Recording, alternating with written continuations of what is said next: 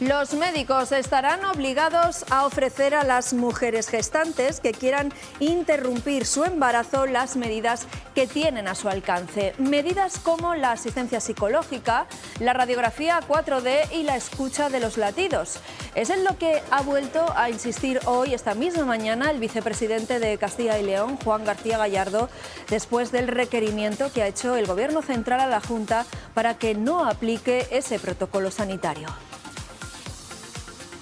Hola, ¿qué tal? Son muchas las reacciones que están surgiendo a raíz de ese protocolo que el presidente de la Junta advierte no vulnera los derechos de las mujeres ni de los sanitarios y es más, apunta al Gobierno central y a Pedro Sánchez de mentir para tratar de esconder su incompetencia con la ley del solo sí es sí. Enseguida vamos a escuchar esas reacciones y también una declaración institucional del propio presidente de la Junta que está convocada para la 1:15 de la tarde, nada, en unos minutos. Es desde luego el asunto del día, pero en todas las conversaciones seguro que hoy se habla también del frío que hace. Estamos ante la primera alerta especial del invierno por frío, por nieve y por viento. Veremos cómo va a afectar a Castilla y León. Nos lo contará nuestra meteoróloga Silvia Ferrer. Por cierto, que las inclemencias del tiempo han paralizado la búsqueda del montañero desaparecido a finales de diciembre en la Sierra de Béjar. Hoy hablaremos de ello con la directora de la Agencia de Protección Civil y Emergencias de Castilla y León, que además nos va a hacer balance de las actuaciones que se han llevado a cabo el año pasado. Solo un adelanto, intervinieron en casi 200 rescates de montaña solo en 2022. Y hoy también vamos a analizar las medidas que han sido aprobadas por el Gobierno central para desarrollar el Estatuto del Artista. Una de las más importantes, esa prestación por desempleo para el sector cultural que rebaja días de cotización para tener derecho a cobrar la prestación. De todo ello hablamos ahora aquí en Está Pasando.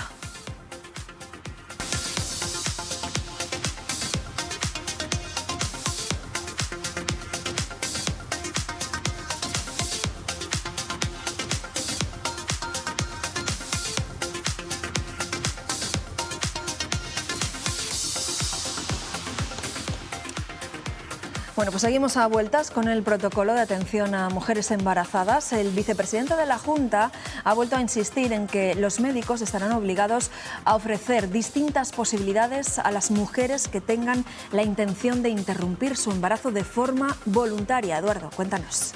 Esta misma mañana, Pilar, el vicepresidente de la Junta de Castilla y León, ha insistido en que sí, que los médicos están obligados desde hoy a informar a las embarazadas de las nuevas pruebas del nuevo protocolo, como la escucha del latido fetal o la ecografía 4D. García Gallardo añade que no se siente desautorizado por el presidente Fernández Mañueco y que no hay fisuras entre los consejeros. Siguiendo su comparecencia ha estado Ana Rayazas.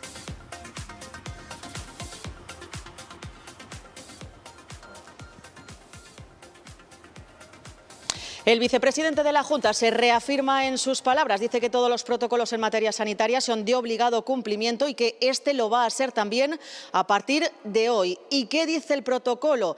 Bueno, pues aquí es donde Juan García Gallardo ha querido matizar. Dice que los médicos no van a estar obligados a ofrecer a la mujer la posibilidad de escuchar el latido fetal, sino que tendrán que decirle a esa mujer que vaya a la consulta que hay una información disponible por si quisiera escucharle. También los periodistas le hemos preguntado que dónde está ese protocolo para ver exactamente qué es lo que dice y él nos ha contestado que es el consejero de Sanidad el que tiene que darlo a conocer. Sobre las ecografías 4D también ha aclarado hoy por la mañana que serán todas las mujeres embarazadas quienes podrán solicitarlas, no solo aquellas mujeres que quieran interrumpir su embarazo. Bueno, las palabras de hoy, las palabras de esta mañana del vicepresidente de la Junta llegan tras el requerimiento de ayer del Gobierno de Pedro Sánchez pidiendo a la Junta que retire este protocolo de medidas que considera antiabortistas.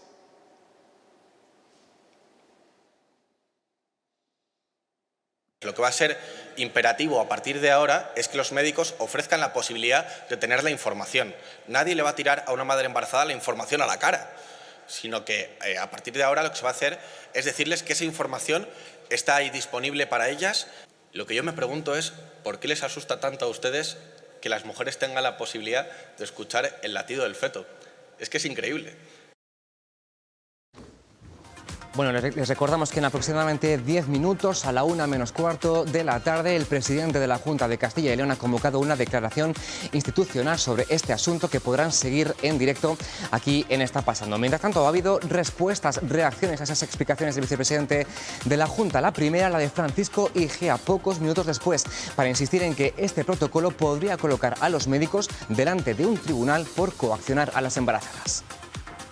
El profesional que haga eso puede verse delante de los tribunales. Por tanto, no se puede obligar a los profesionales a hacer semejante cosa. E insisto, espero que el presidente de los colegios de médicos de Castilla y León tenga algo que decir, que también lleva 4 días en un silencio pasmoso. Y hay más. En el Partido Popular creen que el requerimiento del Gobierno es un intento de desviar la atención de las consecuencias de la ley del solo sí es sí. En el Ejecutivo, en cambio, la ministra de Sanidad insiste en que no dudarán en ir a los tribunales. No tenemos ninguna duda en hacerlo. Por la defensa de la legalidad, por la defensa de la libertad y los derechos de las mujeres. No vamos a permitir ni un paso atrás en los derechos de las mujeres, que, por cierto, tanto trabajo, esfuerzo y sacrificio nos está costando. Esto no responde más que a un burdo intento por parte del Gobierno de España de intentar desviar la atención. Recordarle que hay 184 agresores sexuales que se han visto beneficiados por una ley que aprobaron para apoyar a las mujeres y que está beneficiando única y exclusivamente a los agresores sexuales. Bueno, hasta aquí este asunto, aunque les recuerdo que a las 12:45 hay convocada una comparecencia, una declaración institucional del presidente de la Junta que podrán seguir en directo con nosotros aquí en Está Pasando. Mientras tanto, cambiemos de asunto. Estarán notando que el tiempo se vuelve más y más invernal. Hoy la comunidad está en alerta por viento y también llegará la nieve entre mañana y pasado. Al final del programa veremos las previsiones, pero una de las consecuencias es que este mismo fin de semana se ha tenido que aplazar la búsqueda de José Antonio, el montañero desaparecido en la Sierra de Béjar. El sábado por la tarde se desmovilizó el puesto de mando. Saludamos a Irene Cortés, es la directora de la Agencia de Protección Civil de la Junta de Castilla y León. Irene, muy buenos días. Buenos días. Bueno, señora Cortés, el tiempo complica la búsqueda. Con las previsiones que hay, parece difícil retomar esa búsqueda, esas tareas. Con el tiempo, fundamentalmente las precipitaciones en forma de nieve. Hasta ahora no había nieve en la zona de la búsqueda y era fácil poder encontrarlo en condiciones normales, ¿no? En cuanto la nieve tapa toda la superficie, pues ya se hace prácticamente imposible hacer cualquier esfuerzo porque no se va a ver absolutamente nada, y es lo que, de común acuerdo en el puesto de mando avanzado, en el briefing de la mañana acordamos tanto los técnicos de la Agencia de Protección Civil como los responsables de la operación en zona de la Guardia Civil. Y así también se lo trasladamos a la mujer del desaparecido en el mismo lugar del puesto de mando avanzado, ¿no? Hasta ese momento, hasta la tarde del sábado, Irene, ¿qué medios estaban actuando, trabajando en esa zona? Además de Protección Civil, creo que también estaba la Unidad Militar de Emergencias. ¿Cuál es el dispositivo? ¿Cuál era? Bueno, la Unidad Militar de Emergencias se mantuvo en fase de activación en caso de que fuera necesario activarla. Finalmente no fue activada porque se incorporaron a la búsqueda 25 efectivos del GREIM de Asturias que hicieron una búsqueda pormenorizada con equipos mixtos entre los técnicos del CCE, de la Agencia de Protección y Emergencias, nuestro grupo de rescate aéreo, el grupo de rescate aéreo también de la Guardia Civil, y se peinó metro a metro la zona caliente que nosotros habíamos determinado esa mañana, ¿no? Entonces, y luego a los dispositivos, digamos, de instituciones oficiales se sumaron casi 60 personas voluntarias que estuvieron apoyando las labores de búsqueda determinadas por los profesionales técnicos en la búsqueda. Entiendo que se aplaza sine die, ¿no?, hasta que remita un poco la situación, el temporal, y se den condiciones un poco más favorables. Pues de momento queda simplemente aplazada, ¿no?, hasta que pues las condiciones meteorológicas mejoren. Es decir, En cuanto la nieve desaparezca, pues volveremos a intentar la búsqueda. Eso tampoco quita ni obsta para que en algún momento dado en estos días se pueda hacer alguna batida desde el aire con el grupo de rescate, pero la situación ahora mismo es muy complicada porque el manto de nieve lo cubre todo y no se ve absolutamente nada. Queda, digamos, suspendida hasta que las condiciones meteorológicas lo permitan y el manto de nieve desaparezca y nos permita ver la superficie donde, en teoría, está José Antonio. Directora, precisamente ayer supimos que los rescates de montaña fueron los incidentes más atendidos el año pasado por el Centro Coordinador de Emergencias, 193 en total rescates de montaña. Es algo menos que el año anterior, pero es una cifra importante, ¿no?, abultada. Sí, la verdad es que sí que es importante, que es abultada. También es cierto que han disminuido con respecto al año anterior un poco, pero sí que constituyen un volumen importante. No podemos olvidar ni obviar que Castilla y León es la región más extensa de España e incluso de Europa, con unos sistemas montañosos muy extensos y una tradición montañera muy arraigada en nuestro territorio, y esto hace que todos los fines de semana, independientemente de la estación del año en la que nos encontremos, se salga a la montaña. Por eso también que hacemos siempre las recomendaciones de no ir solo a la montaña, de ir bien equipado, de llevar agua, de llevar comida, de dejar dicho dónde se va, porque facilita mucho la labor del centro coordinador a la hora de localizar una persona desaparecida. Y aún así, Irene, en el caso de José Antonio, este hombre desaparecido, era un montañero consolidado, experto, ¿no? O sea, le puede pasar también a la gente que tiene más conocimiento de la montaña. ¿Qué pudo pasar en su lugar y qué precauciones tiene que tener también la gente experimentada? Pues yo creo que algo fundamental es no perderle el miedo a la montaña. El pensar que la montaña no te puede sorprender o que una racha de viento no te puede jugar una mala pasada y caerte es importante, ¿no? Y sobre todo es muy importante en el caso de José Antonio, estaba solo. Es muy importante que no se vaya solo a la montaña, porque puede que uno sufra un accidente, pero si va acompañado, pues siempre es imprescindible ir acompañado a la hora de haber tenido un accidente y poder localizar a la persona accidentada. Es fundamental. Y no perder el miedo a la montaña, lo mismo en Castilla y León no se da el caso, ¿no? Pero perder el miedo al mar también trae este tipo de problemas. La montaña siempre te puede dar una mala pasada. Pues es un buen mensaje para terminar. Siempre es importante incidir en estas medidas de precaución. Irene Cortés, directora de la Agencia de Protección Civil de la Junta de Castilla y León. Gracias. Gracias a vosotros. Y hasta aquí el tipo de actualidad. A continuación, Pilar, ya en el análisis hablamos del Estatuto del Artista y la principal novedad aprobada por el Gobierno la semana pasada, esa prestación especial por desempleo para los artistas.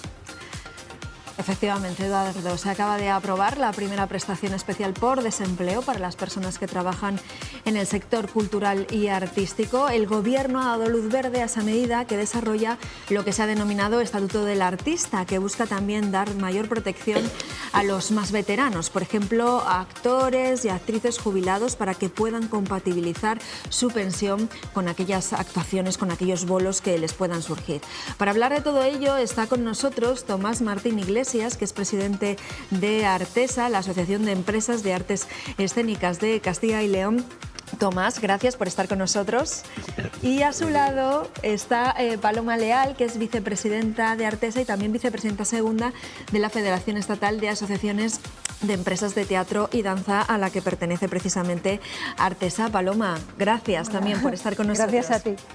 Bueno, pues antes de entrar en materia, le vamos a pedir a nuestro compañero Eduardo que nos desgrane, bueno, pues cuáles son esas medidas o cuáles son las más importantes que se han aprobado para hacernos una idea de lo que supone esto para el sector artístico y cultural. Eduardo. Pues mira, Pilar, lo que acaba de aprobar el Gobierno dentro del Estatuto del Artista es la primera prestación especial por desempleo para el sector cultural y artístico. La medida, dice el Ejecutivo, puede alcanzar a 70.000 afiliados que son los que están encuadrados como artistas en el régimen general y también en el régimen de autónomos. Y para acceder a esa prestación, que tiene una duración de 4 meses, deberán acreditar esto, que han cotizado 60 días en los últimos 18 meses o también 180 días de alta en la Seguridad Social en los últimos 6 años.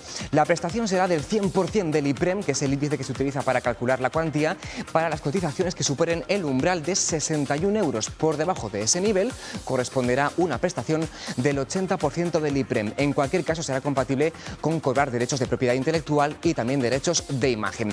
Otra novedad, se extiende la compatibilidad del 100% de la pensión de jubilación con la actividad artística también a las clases pasivas. Por ejemplo, actores jubilados que pueden tener un trabajo. Hasta ahora solo era compatible en actividades que generaban derechos. Con la nueva norma también se aplica a actividades llamadas conexas, por ejemplo, la presentación de un libro, una conferencia, además de los derechos propiamente de ese libro. Y esta compatibilidad se extiende a los profesionales que realicen actividades técnicas o auxiliares. Y una última mención para los artistas autónomos de bajos ingresos, es decir, 3.000 euros al menos o menos.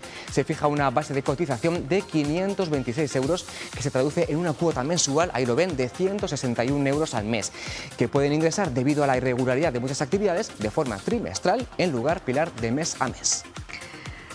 Gracias, Eduardo. Pues esas son las medidas que han sido aprobadas por el Gobierno. Y bueno, pues la primera pregunta es, Tomás, Paloma, ¿cómo valoráis esto? ¿Supone un paso adelante?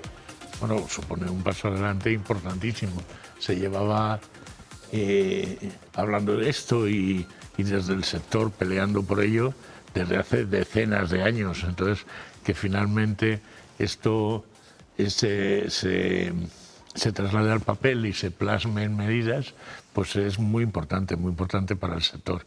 Es importante subrayar, aunque estaba ahí en el cuadrante también hecho que habéis proyectado, que no es solo para artistas, es decir, no solo es para actores y demás, sino que se engloba a una muy buena parte del sector que no le vemos todos los días encima del escenario, ¿no? Pero que está ahí, ¿no? Que son todos los técnicos y todos los auxiliares que se necesita para hacer nuestro trabajo. Con lo cual es una población que está muy desprotegida, que llegaba a su edad de jubilación con muchos déficits, inclusive que los periodos de no actividad, que en nuestra profesión son demasiado amplios, pues estaba muy desprotegida y que finalmente con estas medidas yo creo que se palía bastante esa situación, se mejora mucho esa situación.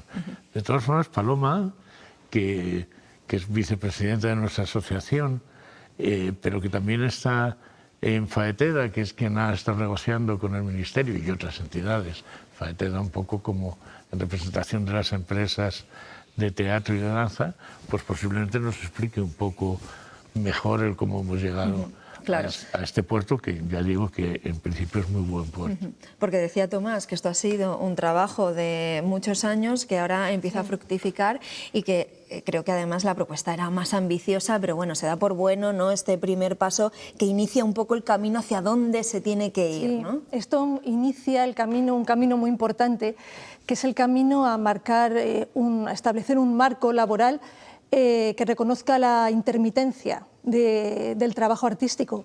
El trabajo artístico, todo el mundo lo sabe, que un actor tiene un bolo esta semana, 2 la semana que viene y 3 la semana siguiente, y a lo mejor durante 3 meses no tiene bolos. Entonces, esto abre un poquito el camino a desarrollar ese marco, que de hecho en este Real Decreto que ha publicado la semana pasada el Gobierno hay 2 disposiciones, una de ellas está encaminada a establecer una mesa de estudio para reconocer la intermitencia del sector con nuevas medidas y también para reconocer algunas enfermedades profesionales.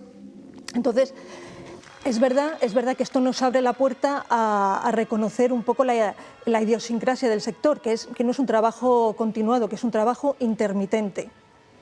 Dentro de todas las medidas que pues se han aprobado y que van a reconocer pues lo que tú decías ahora, pues eso, por ejemplo, el que las personas que tienen más edad y que siguen, que se han jubilado, que puedan hacer sus bolos, tal, vamos a ver, eso es un trabajo pues muy importante, son muchas medidas, pero ¿hay alguna medida que vosotros valoréis como fundamental, como esencial, que sin esa las demás no podían existir? Mira, un poco es el conjunto.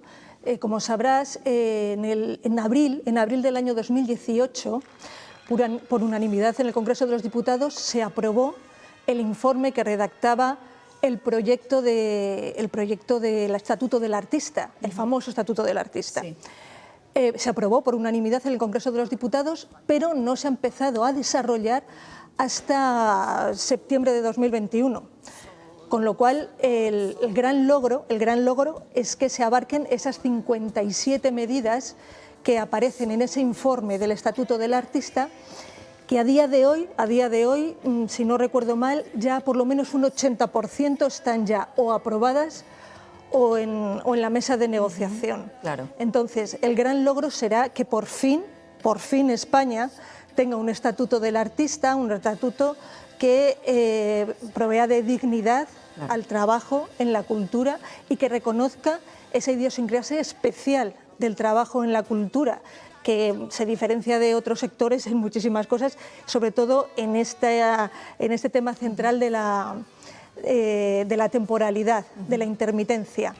Entonces, el gran paso yo creo que fue esa comisión interministerial que se configuró en septiembre de 2021 y que poquito a poco, despacio eso sí, pero va dejando sus frutos. El primer gran fruto fue en marzo de este año, cuando se estableció un contrato temporal específico, un contrato temporal artístico específico, que no se ajusta a las mismas normas que los contratos temporales del régimen general, con lo cual los contratos artísticos no tienen la penalización que tienen los contratos temporales del régimen general y además tampoco están sujetos a las mismas normas de concatenación o de limitación en la concatenación de contratos. Otra cosa muy importante, que lo ha dicho Tomás antes, se incluyó en lo que es el régimen de artistas a los técnicos y auxiliares. Claro.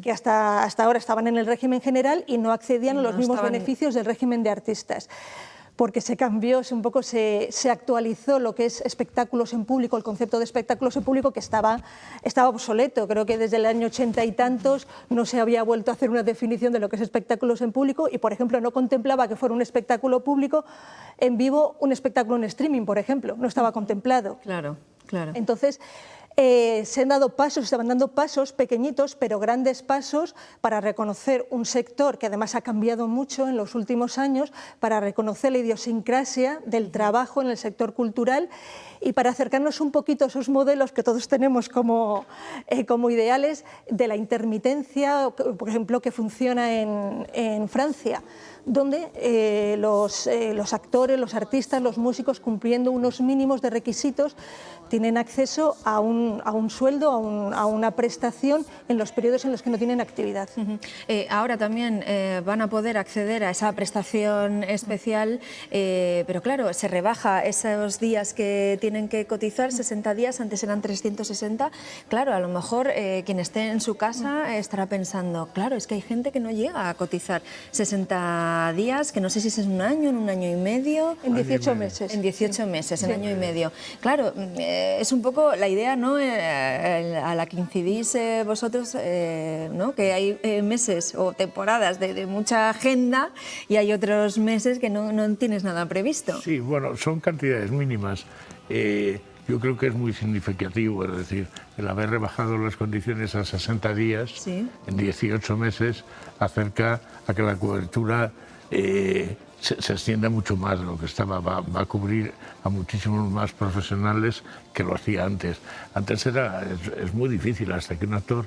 claro, llegar a 360 días. Cotiza. Es imposible. Sí, no, Depende. Sí. Es decir, que nosotros lo vemos también desde la perspectiva de Castilla y León, es decir, donde realizamos nuestra... Claro, porque habrá quien sí llegaba de sobra. Imagínate, en Madrid, pues la gente que trabaja en series o que trabaja tal, o está fija en un teatro 4 meses, y luego la siguiente temporada, pero nosotros trabajamos, ella decía bolo, es un poco jerga, no sé si los espectadores lo entenderán. Bolo, en jerga teatral, nos referimos a una actuación.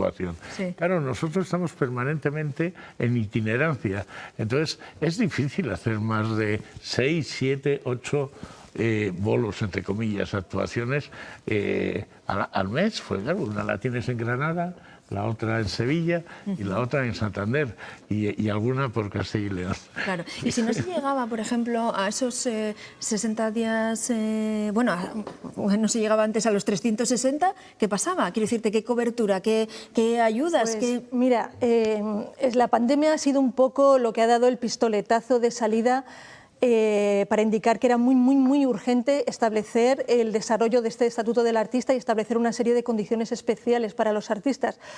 Porque cuando nos confinaron a todos, que evidentemente además el sector cultural fue el primero en parar y de los últimos en reanudarse, como todos sabemos, se puso de manifiesto... Llegó el parón y luego llegaron restricciones, con lo cual... Se puso de manifiesto que muchos artistas, actores, músicos se quedaron sin derecho a nada, porque los días que tenían cotizados no les daba, o sea, no los pilló trabajando para poder acogerse a un ERTE, y los días que tenían cotizados no les llegaba para una prestación ordinaria. De hecho, durante la pandemia, el Gobierno tuvo que improvisar una prestación también extraordinaria para artistas para que tuvieran acceso a algo, para que tuviéramos acceso a algo.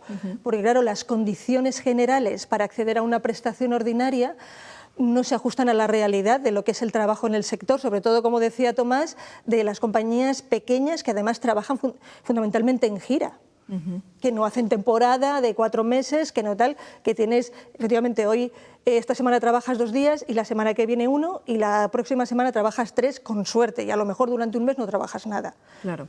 Oye, y una pregunta que me surge, esto de los días cotizados, ¿cómo se calcula? ¿Se calcula como en el resto de trabajos que tú vas a tu trabajo, son 8 horas? Porque claro, aquí no sé cómo se calcula, ¿no? O cuánto difícil es, o si la empresa que te contrata ya lo hace de forma, bueno, pues eso, unilateral, porque claro, aquí es que cuando vemos los trabajos de los actores, pues que no solo es que veamos al actor o a la actriz encima de la escena, es que hay mucha preparación antes, es que hay, pues eso, me imagino que lecturas de guión, todo eso cómo se contabiliza. Sí. Bueno, esa actividad artística se supone que los periodos de ensayo y demás deben serlo. Tienes que estar dado de alta y tienen que ser periodos que se coticen. Se habla de actividad artística, no exactamente de actuaciones.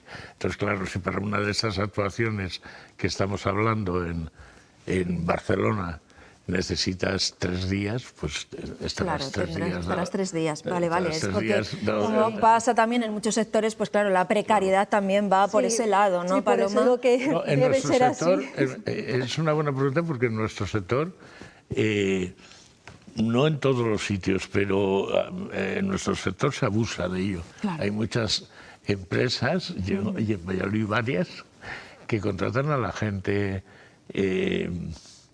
No nuestra actividad, que es poner sobre el escenario obras, enfrentarlas al público y en teatros, pero en otro tipo de actividad artística, más de recreación además, es que la gente no la contratan por el día, la dan de alta las 2 horas. Claro, y fíjate lo que hay detrás. Entonces, imagínate cuántos días tienes que trabajar hasta que acumulas un... Claro, en el que a lo mejor tu intervención es de 1 hora y media, 2 horas, y te dan de alta 2 horas, ni tan siquiera la jornada completa. Entonces, Paloma, además, bueno, pues esto ha supuesto también eso, medidas importantes para vosotros los actores, las actrices, también eso, otro tipo de trabajadores, ¿no? Pero, por ejemplo, en esta cuestión, en que se pueda contabilizar esa prestación por desempleo con los derechos de imagen o propiedad intelectual, ¿no? Y también lo que comentábamos antes de que actores o actrices que están jubilados les sale una actuación y no podían realizarla porque estaban jubilados, ¿o cómo era todo esto? No era exactamente así. Es decir, un actor jubilado, ¿Sí? si tú tenías un llamado de televisión, pues le hacías. Lo único que se suspendía la jubilación mientras mientras estuvieras dado de alta haciendo ese trabajo. No es que no lo pudieras hacer. Bien. Pero ¿y entonces ahora que supone a mayores esta nueva... Que no te descuentan, Que no te lo descuentan, tendrás que pagar, me parece que un 8%, un 9% de... Sí, creo que solamente cotización. cotizas a contingencias profesionales y a contingencias comunes un porcentaje del 9% de solidaridad. Siempre y cuando no te pases de una cantidad, lógicamente. Pero es que, por ejemplo, lo de imagen, yo he conocido por amistad y demás algunos autores que estaban renegados, porque claro, si cobrabas tu derecho de autor de la obra que habías escrito tú, ¿Sí? te habías jubilado, porque tenías... entonces... era incompatible el cobrar de la Sociedad General de Autores y estar cobrándola. Claro, ¿y por qué, no? Si no tiene por qué ser incompatibles. Una cosa es una cosa y otra es la otra. ¿Y ¿no? qué importa, no? Es decir, que un jubilado, un autor jubilado que está cobrando tal, presente un libro suyo o le llamen a dar una conferencia y no la pueda dar porque está jubilado. Eso supone pequeños complementos a la jubilación que no tienen. Yo creo que todo esto venía de querer encuadrar en el mismo saco que otros sectores una actividad que tiene muchas diferencias. Entonces, claro, se daban situaciones absurdas, como que un autor no pudiera dar una conferencia sobre su propio libro, por ejemplo. Claro, además teniendo en cuenta que, claro, las carreras artísticas, bueno, pues son carreras a muy largo plazo, que podemos ver a actores, actrices sobre la escena con 85 años perfectamente y que, claro, bueno, pues es que evidentemente necesitamos también, ¿no?, personas mayores que estén sobre la escena. Con un problema. Sí. Son carreras muy largas y que han cotizado muy poco en muchos casos. Ya, claro. Es decir, la gente que ya es muy mayor empezó a hacer su actividad en un momento muy difícil en el que no todo el mundo, no todas las empresas cotizaban por ti y has trabajado. Esas carreras tan largas tienen a la hora de la jubilación muchos problemas y yo creo que eso también entra un poco a solucionar parte de esa problemática. Como apuntaban Tomás y también como apuntaba Paloma, bueno, pues estamos hablando del Estatuto del Artista, pero estas medidas también benefician al resto de profesionales que trabajan en el sector cultural, por ejemplo, personal técnico y auxiliar, y también beneficia a los músicos. Con uno de ellos está en Soria nuestro compañero Fernando Orte. Fernando, ¿qué tal? ¿Qué tal? Pues me encuentro en una de las salas de música en directo que hay aquí en Soria Capital, El Cielo Gira, para conocer precisamente qué opinas sobre ese estatuto del artista, sobre esa prestación por desempleo de que van a gozar ahora pues, en el sector cultural artistas como por ejemplo Michel Girón. Michel, tú eres músico, eres el vocalista y el guitarrista del Guapo Calavera. Todavía muchas dudas, ¿no? No se conoce muy bien la letra pequeña y de qué manera te puede beneficiar a ti esa prestación. Sí, todavía hay muchas dudas porque hemos estado muchos colegas y compañeros de profesión leyendo y es verdad que hay cosas que todavía no se saben, no ha quedado muy claro. Entonces, bueno, más o menos la ley va de que nos podemos tener derecho a paro teniendo 60 días cotizados en un año y medio. Y bueno, a mí me parece que está muy bien, pero es verdad que en otras partes pues tampoco está tan bien, ¿no? Claro. Me decía además antes Michel que es complicado para artistas como él cotizar 60 días en un año. Quizás los que trabajan en una orquesta sí, tanto la parte artística como la parte técnica, pero por ejemplo tú dices que 60 días normalmente no sueles trabajar y eso que no te quejas. Claro, no, yo tengo suerte y trabajo bastante, pero es verdad que cuando más trabajas es en verano, pero es complicado hacer 60 fechas al año. Y porque claro, tendría que ser una fecha por semana y bueno, por ejemplo en invierno hay épocas de sequía, ¿no? Entonces es muy complicado. Bueno, en cualquier caso, una ayuda, sobre todo para meses como estos en los que nos encontramos, en los que no tenéis bolo, no os subís al escenario, pero seguís trabajando también pues, a la hora de crear, incluso de vender vuestro producto artístico. Claro, de hecho, la gente no sé si lo sabe, pero de hecho se trabaja bastante más en invierno que en verano. En verano es cuando toca presentar lo que has estado trabajando todo el invierno. Ahora estamos componiendo, estamos echando horas en el local, estamos haciendo labores de promo, de gestión, de llamar a ayuntamientos, llamar a salas, a festivales. O sea, es mucho trabajo el que se hace ahora que no está remunerado. Entonces, cuando llega el verano, es cuando eso como que se recogen los frutos de lo cosechado, ¿no? Pero mientras llega el verano, tú sigues cotizando, ¿y de qué vives en estos meses en los que no estás teniendo los ingresos? Claro, hombre, yo por suerte pues sí que estoy teniendo bolos en invierno, pero normalmente los músicos lo que hacemos es ahorrar en verano y luego para pasar el invierno y buscarnos la vida de mil maneras. Bueno, confianza en que esta medida beneficie, pero tenéis más reivindicaciones en el sector cultural, ¿verdad? Sí, yo por mi parte estoy bastante descontento, bueno, yo y mucha gente, con el tema de los tramos de autónomos que han puesto, porque se suponía que iba a ser una solución a las antiguas cuotas de autónomos y en realidad está siendo no, porque acaba de empezar, pero yo creo que va a ser más o menos igual o incluso peor para el tema de que vas a tener que pagar una pasta por meses que no vas a tener que hacer, que no vas a tener curro. Michel Girón, muchísimas gracias por atendernos y nada, ya lo vemos, reivindicaciones en el sector de los artistas, contentos por una parte, pero con muchas dudas también por otra respecto a esta nueva prestación por desempleo. Pues gracias, Fernando Orte, por darnos también el testimonio de Michel. Paloma, Tomás, han salido muchas de las cuestiones que habéis hablado también vosotros, pero apuntaba Michel que no es del todo suficiente. No ha acabado de decir qué medidas veía él que no se habían recogido. No sé, os pregunto a vosotros, Tomás, Paloma, ¿qué lagunas veis todavía o qué aspectos se necesitan mejorar o hay que afianzar o hay que caminar hacia ellos para tener una mejor protección? Sí, Tomás. Primero es que yo creo que están barajando, el compañero de Soria está barajando cosas que no son exactamente así. Es decir, no son 60 días en un año, es 60 días en 18 meses, que no es lo mismo. Claro. Es decir, aunque creo que lo decía, ¿no? No, decía 60 días en un año. Son 60 días en 18 meses.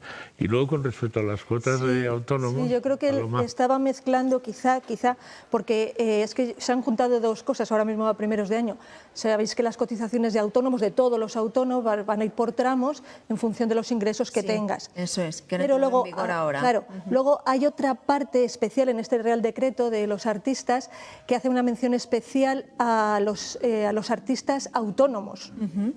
Que esa es una parte importante porque muchos artistas son freelance, son autónomos. Entonces, este Real Decreto establece que aquellos artistas autónomos que tengan unos rendimientos, unos ingresos anuales, unos rendimientos anuales inferiores a 3.000 euros, van a tener una cuota reducida a 161 euros al mes. Claro, a lo mejor lo que apuntaba Michel es que 161 euros al mes le parece caro, no lo sé. Bueno, puede ser, pero es casi la mitad de lo que se pagaba antes. Sí, de hecho es la mitad de la cuota normal. Incluso se abre la posibilidad de pagarla trimestralmente en vez de mensualmente. Todo esto un poco va en función, un poco para corregir esta temporalidad, que a lo mejor 2 meses trabajas mucho, en verano trabajas mucho, luego en invierno 2 meses no trabajas nada.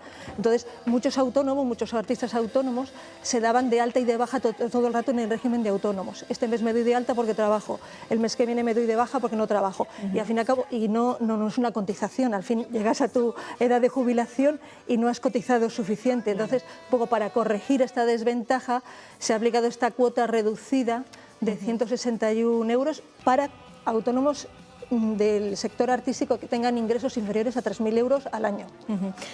Paloma, tú antes hacías referencia a otros países europeos donde, bueno, pues desde hace años ya tenían una protección para el mundo artístico.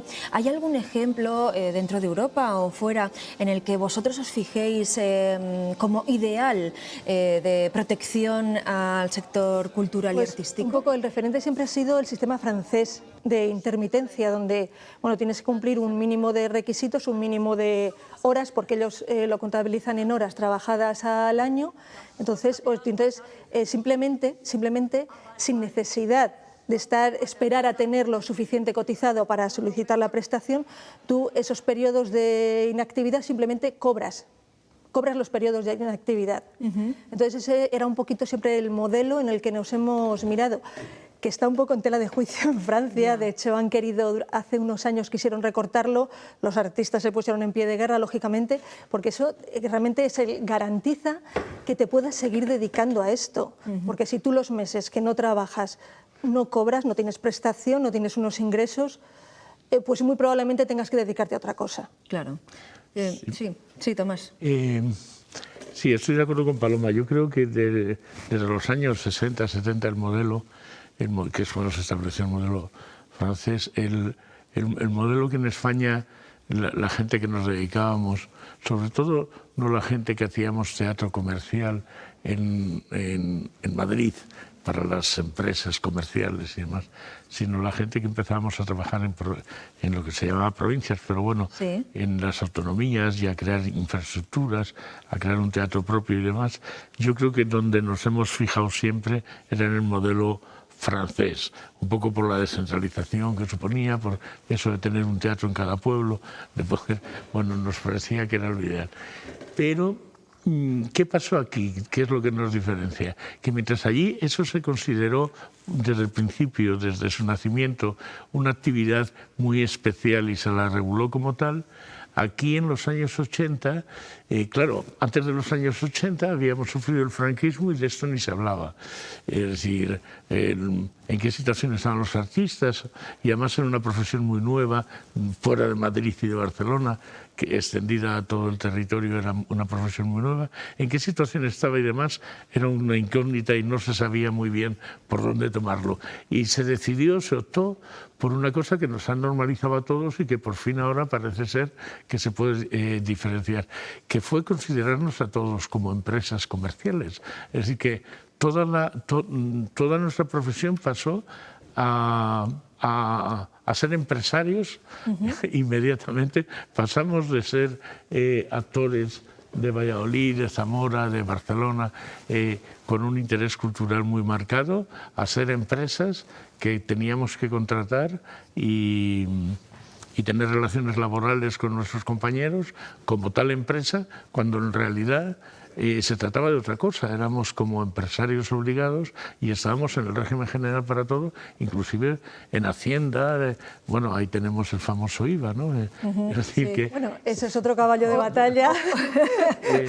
Yo creo que esto viene un poco a enmendar, o ir enmendando o corrigiendo aquella cosa que fue un poco una barbaridad. Es decir, que el Ministerio, bueno, en nuestra actividad estuviéramos metidos, yo es un ejemplo, que me perdone doña Concha, que la aprecio mucho, pero que estuviéramos metidos en el mismo saco doña Concha Velasco y su compañía y una compañía de Valladolid o de Zamora que trabajaba en su territorio. Y claro, las diferencias, en realidad estamos metidos en la misma bolsa, sí, la empresa de La Latina en Madrid, claro, claro, es que me imagino que también... Una compañía de marionetas, claro, en Zamora. Sí, es que también me imagino que el problema también es eso, ¿no? La diversidad, o sea, porque claro, actores pues hay muchos, pero claro, luego cada uno trabaja en un ámbito, bueno, hay muchas peculiaridades, es ¿no, un sector muy variopinto, muy heterogéneo. Y efectivamente es difícil conjugar las necesidades y claro, y no solamente ya dentro de las artes escénicas, ya con músicos, con... es un sector muy variado, variado y con necesidades muy variadas también. Claro, y los que están delante de la escena, los que están detrás, claro, ese es otro terreno en el que podríamos meternos. ¿Se sienten entonces reconocidos laboralmente o empiezan a sentirse reconocidos laboralmente? Porque yo creo que el reconocimiento del público, el reconocimiento social, ya lo tenían, pero claro, laboralmente pues la cosa era diferente, ¿no? ¿Se sienten reconocidos laboralmente yo creo que sí, que vamos hacia ahí, porque como decía Tomás, es verdad que a partir de un cierto momento se profesionalizó el sector bien, pero de una manera casi en inferioridad de condiciones. O sea, tienes que ser profesional, pero no tienes las mismas armas de juego que otros sectores. Entonces creo que eso es lo que se está empezando a corregir ahora, que es verdad que, como decía el músico, bueno, todavía hay muchas cosas discutibles y todavía muchas cosas por avanzar para que realmente estemos jugando en igualdad de condiciones, porque es verdad que somos un sector que a nivel profesional somos profesionales, pero jugamos con unas armas complicadas. Entonces, bueno, yo creo que esto, si vamos por ese camino de una profesionalización en el buen sentido de la palabra. Estamos hablando con Tomás y estamos hablando también con Paloma, que son presidente y vicepresidenta de Artesa, pero bueno, pues han escuchado también a Michel, a un músico al que también le afecta el estatuto del artista. Hemos recabado más opiniones. Vamos a escuchar una opinión más del sector beneficiado por estas medidas que desarrollan el estatuto del artista. Estoy contenta. En principio porque algo se mueva, porque creo que es importante que las cosas se muevan más allá de que luego lleguen a un puerto o a otro. También tengo dudas, porque seguro que hay pros y contras, estoy convencida, nada es totalmente favorable o negativo, pero en principio, bueno, parece que apunta bien, ¿no? Si yo cotizo menos, en principio puedo pagar menos, bueno, vamos a ver. Bueno, pues esa era la opinión de esa actriz. Me imagino ahora que van a tener que hacer un poco de pedagogía también con los compañeros, ¿no? Por resolver todas esas dudas que están generándose ahora mismo. Paloma. Sí. Claro, efectivamente, cada vez que se mueve algo, cada vez que se avanza algo, se generan muchas dudas. Primero la alegría inicial de algo se ha movido, como decía ella. Y luego, pero bueno, ¿y esto cómo me afecta a mí? ¿Cómo lo puedo aplicar? Y si de verdad es un avance tan grande como nos lo han vendido. Entonces sí, ahora viene un momento de eso, de primero de solucionar, de dudas, de pedagogía y de que realmente todo esto llegue a todo el sector.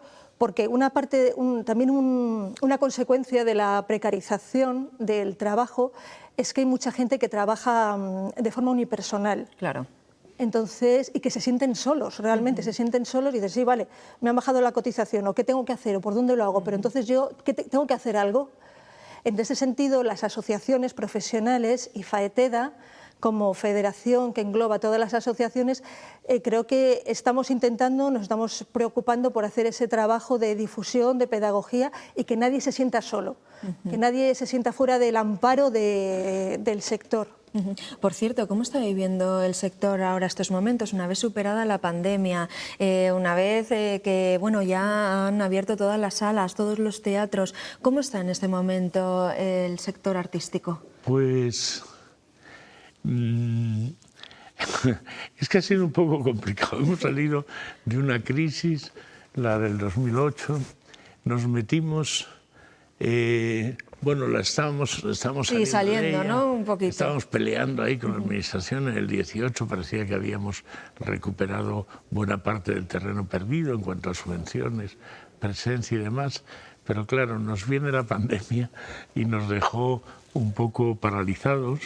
Seguimos trabajando y seguimos haciendo cosas y yo creo que hubo avances significativos, pero luego en Castilla y León específicamente el parón de las elecciones ha sido fatal.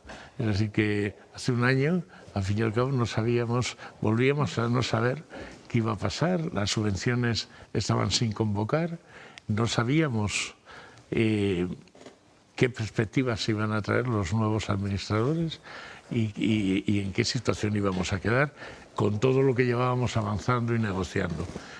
Nosotros nos alegramos, hay que decirlo, de que una persona que ya había estado y con la que ya habíamos tratado, yo personalmente como presidente de Artes había tratado en las negociaciones del año 18 y 19, que era Mar Sancho, volviera más allá de las siglas. Pues es una persona que conoces y te alegras de que no vas a tener que volver a explicar las mismas cosas, sino que sabe de qué vamos a hablar y a qué nos vamos a sentar. Pues, y parecía, en las primeras reuniones que hemos tenido, en mayo y luego en junio, que bueno, que había una línea de continuidad y eso nos alentaba. De hecho, las subvenciones que han salido convocadas para el año 23-24, bueno, no, en realidad son 21-23, porque son 2 años, de octubre a octubre del 23, pues se ha seguido con la línea pactada, han sido de 1.250.000 por primera vez, pero para 2 ejercicios. Así se finiquitaba todo un proceso que ha durado 4 convocatorias hasta igualarlas a las que ya había en el 2007, 2008, todo eso de tantos años después. Y bueno, todo parecía... Ahora estamos un poco despistados, para resumir y no hacerlo muy... Es decir, han salido han salido un montón de subvenciones, todas entre el 27 y el 30 de diciembre, sí, que nos ha dado mucho tiempo de los fondos europeos, y la verdad es que estamos un poco desconcertados.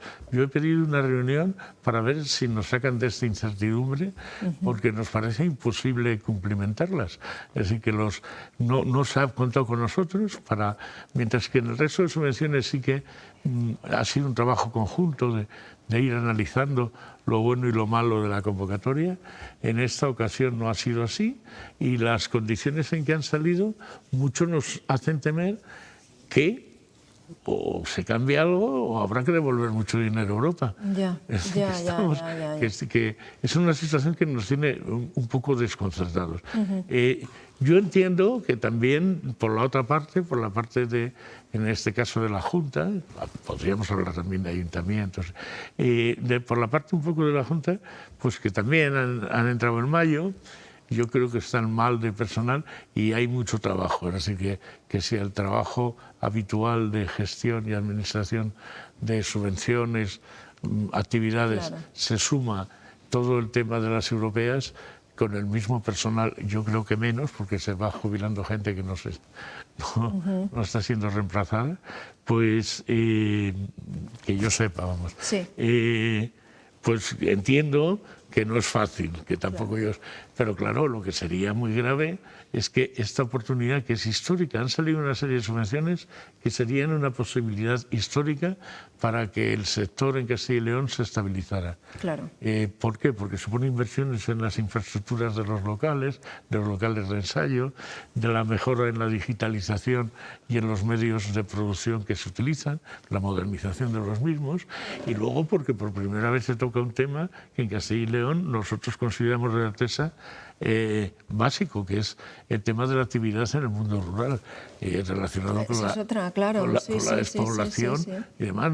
Nosotros somos yo soy un defensor de que me parece que hay una injusticia terrible. Es decir, los niños en la ciudad tienen acceso a actividades extraescolares, le puedes llevar a esgrima o a tal, o yo qué sé, o a inglés o a piano.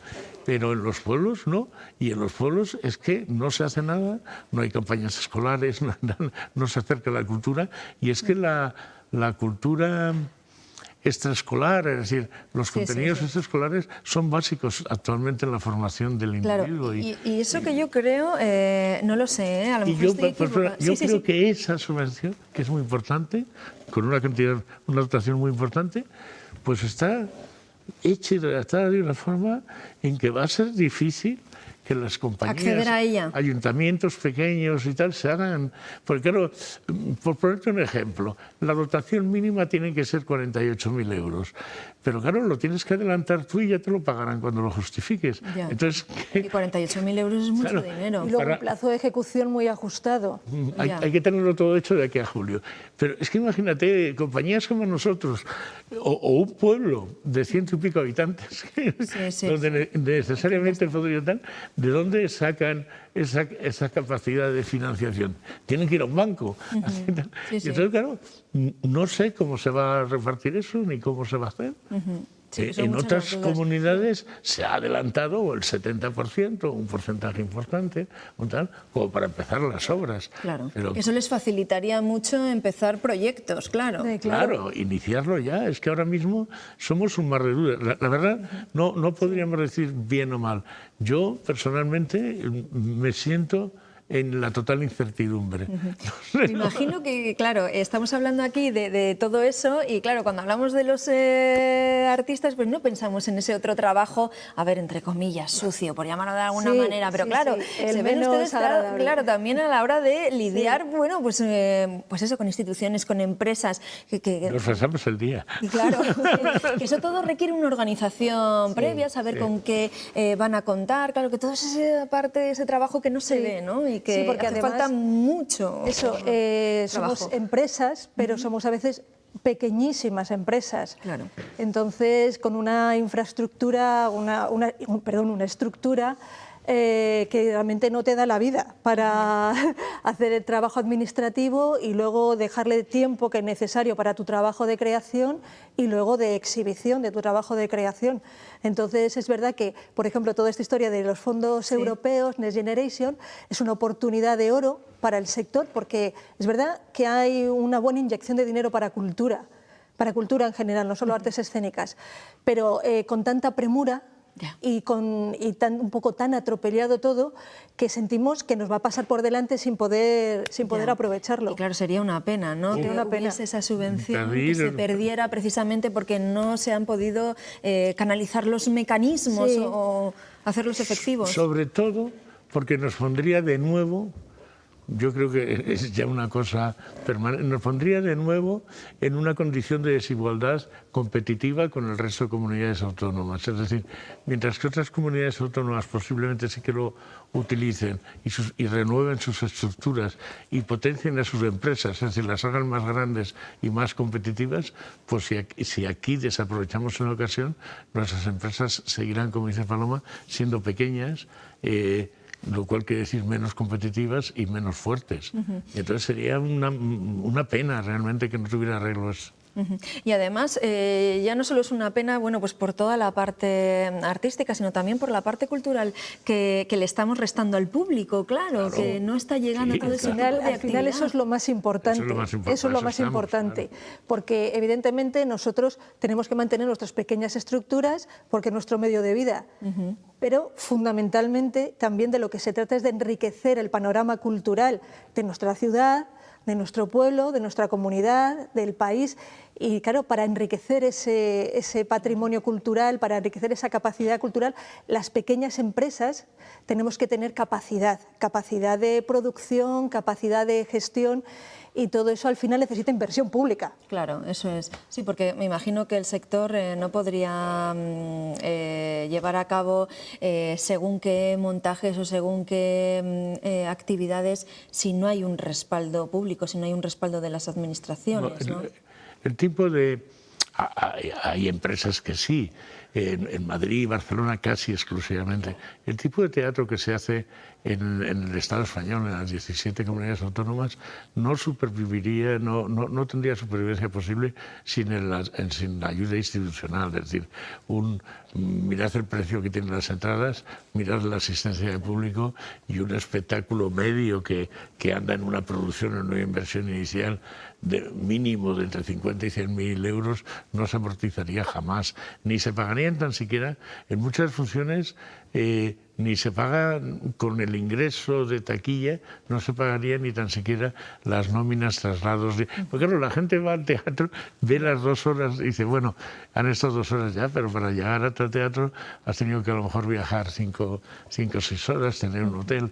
Es decir, todos los gastos que conlleva el teatro como espectáculo en directo, pero la música lo mismo, es decir, todo lo que es en directo, quitando lo que es claramente comercial, es decir, que yo abra una plaza de toros y meta 4.000 personas y entonces, bueno, estamos hablando de otra cosa, pero todo lo que es cultura, y nosotros, claro, no hacemos el Rey León.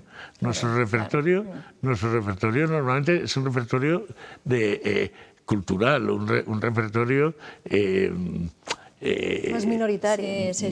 No minoritario, pero sí cultural, que tiene un interés que no es el crematístico exactamente, sino no iríamos al modelo francés, que es otro tipo, en el que no se entendería sin la ayuda institucional. Esa es la pena, que en Valladolid, en Castilla, nosotros hemos conocido momentos en que estábamos empresas que teníamos dados de alta a una docena de personas todo el año. Ahora mismo no hay ninguna. Es decir, se ha ido reduciendo, por motivo de la precariedad, a microempresas y empresas muy familiares que solo contratan a personal cuando le necesitan para tal obra y tales funciones y demás. No son plantillas fijas que se desarrollen en la propia empresa y la empresa pueda mantenerlas durante todo el año. Y eso es una debilidad que oportunidades como lo que estamos hablando ahora, pues puede paliar. Y si no se aprovechan es una pena. Cuando hablabas ahora de los circuitos de los colegios, de los centros escolares, no sé cómo valoráis un poco el esfuerzo que se está haciendo. Vamos, yo lo veo porque tengo el caso muy de cerca, ¿no? Pero eso, desde los centros escolares que intenten llevar a los niños a los teatros, acercarles a las actividades culturales, y luego aparte también los propios padres, ¿no? Que están deseosos, que están ávidos de llevar a los niños al teatro cuando hay programación cultural, bueno, pues para que sepan lo que es, y porque también es que se aprenden muchas cosas a través de es que es necesario, teatro, ¿no? Es necesario. El teatro, la música, forma parte de la educación del individuo. No podemos dejarlo en un apartado de ocio, de tiempo libre.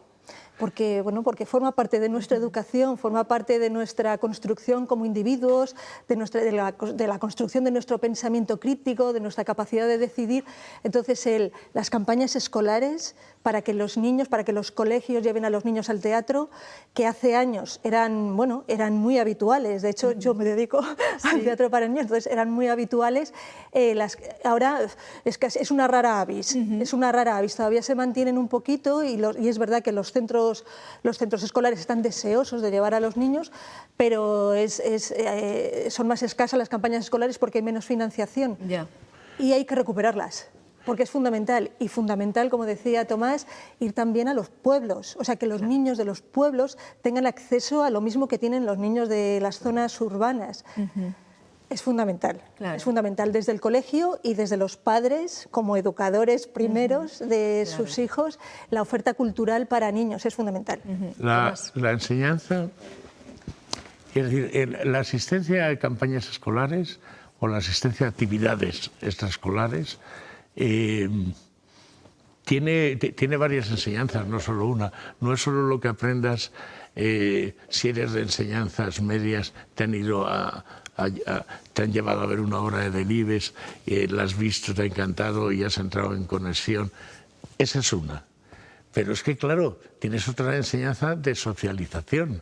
Es decir, aprendes a ser espectador y a cómo comportarte Importante, efectivamente, es otra enseñanza. Y luego otra, si los profesores tienen, como en muchos casos es así, tienen la preocupación y demás, aprendes a trabajar en conjunto, porque seguramente te vayan a plantear un cuaderno de actividades, una serie de actividades que tendrás que trabajar con aquellos otros compañeros que han asistido contigo a la función. Es decir, los beneficios de las actividades extraescolares son inmensos.